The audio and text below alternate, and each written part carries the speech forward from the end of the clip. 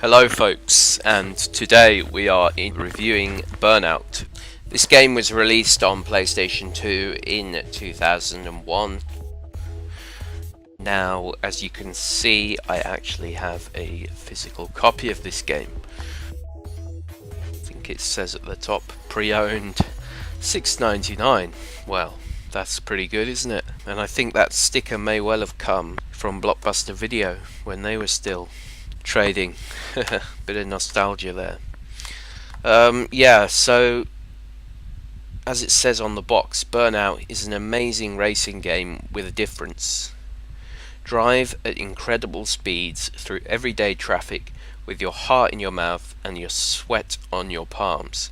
Arcade style handling against opponents and against the clock make Burnout a game you won't want to put down. Incredibly spectacular and realistic crashes make it an experience you won't forget. Now, that kind of says it all, really. This game is very simple. So this is the first in the Burnout series, and it only features a small amount of cars. They're based on sort of real life vehicles, and they both have strengths and weaknesses.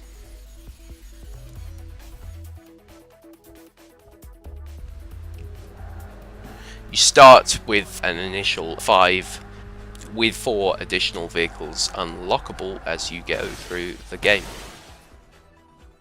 The main modes on the first Burnout game, let's just read it from Burnout Wikia. The main gameplay mode in Burnout is the Championship mode, which is a selection of events with 3 or 4 races in each. Here the player competes against 3 other cars on various courses. Each event gets harder and requires the player to use faster cars to reach first place. After completing a championship event, a face-off challenge is unlocked, which in turn unlocks a new car if won. Other modes include single race, time attack, and multiplayer, i.e. head-to-head.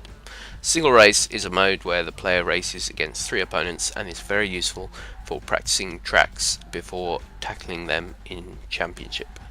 In time attack, the player must finish a lap in a certain amount of time. And so the basic premise is to weave in and out of traffic on these public roads. You don't want to get crashed too often, although crashing is kind of a highlight with this game. You know, you get to see a nice slow motion replay of the crashes. The only problem nowadays is in the days of the PlayStation 2 it would have been very spectacular, but now obviously with the graphical improvement it's you know, very standard visuals here. So a lot of whether you win or not actually hinges on your turbo boost. You can get your turbo boost from doing all kinds of like little tricks, such as racing through oncoming traffic, which is of course harder than traffic facing the right way, near misses, and drifting. Yeah, drifting round corners also fills your turbo.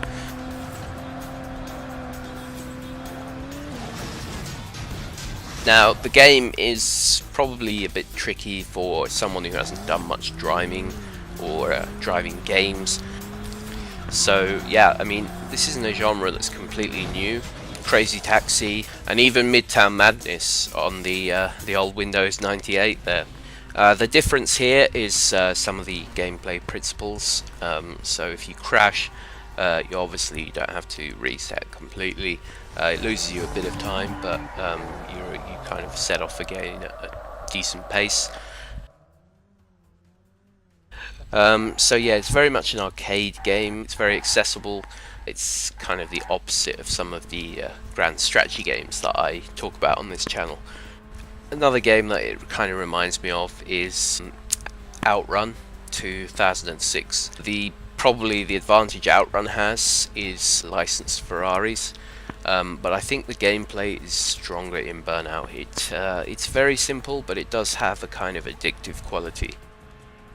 Yeah, the game is not an easy game to complete either. It does get harder, and you're finding yourself not matching the time you need. Now that's obviously a good thing. You want some sort of challenge. Yeah, so the graphics were one of the things that got Burnout such good critical acclaim when it first came out in 2001. However, obviously games have much nicer visuals nowadays. But what I would say is, if you want to play a arcade racing game, can't go too wrong with Burnout. The gameplay, the core gameplay is very fun, it can be quite addicting, and there is a good challenge there. So overall I would give this game a 7 out of 10. I think the problem is it's probably just a bit too basic. For someone like me, I like a bit of more absorption, a bit more options available to me in a game. Yeah, it can get a little bit repetitive, and after you've played it for a certain amount of time, you probably will gravitate more to games that have better longevity factors. Anyway guys, nice to see you again, to see you nice, and ta-ra.